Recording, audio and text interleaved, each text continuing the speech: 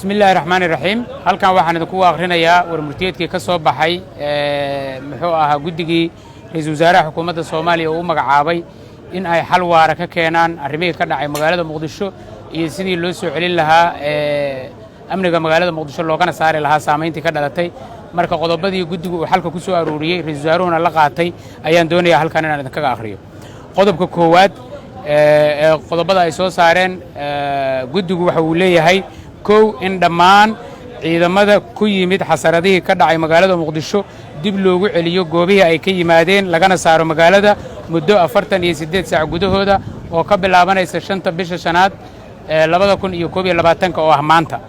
qodobka labaad in aanay xuquuqda ciidamadaas wax saameyn ah ku yeelanin sida mushaarka darajooyinka iyo xilalka loona raacan wax ku saabsan qalalaasii ka dhacay magaalada Muqdisho qodobka saddexaad in si gooni ah loo xalliyo saraakiisha leh duruufaha gaarka ah sida darajooyinka mushaaraadka iyo xuquuqda kale ee ciidan afar in kalsooni laga dhex abuuro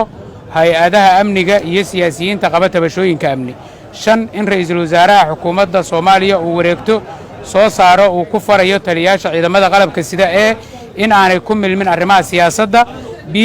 in aanay bixin amaro ay ka dhalan karto khalalaase amni iyo mid siyaasadeed lix in la magacaabo guddi khubaro ah ciidan ah oo kala taliya ra'iisul wasaaraha dib u habaynta ciidamada qaranka toddobo in aan ciidamada qalabka sida loo adeegsan arrimo siyaasadeed faragelinna lagu samayn sideed in dhammaan dhinacyadu ay joojiyaan ficilada iyo hadallada abuuri kara colaadda iyo nacaybka sagaal in la soo celiyo gaadiidka iyo hubka gaarka loo leeyahay ee lagu kala qaatay dagaaladii ka dhacay magaalada Muqdisho lana soo daayo dadkii loo xiray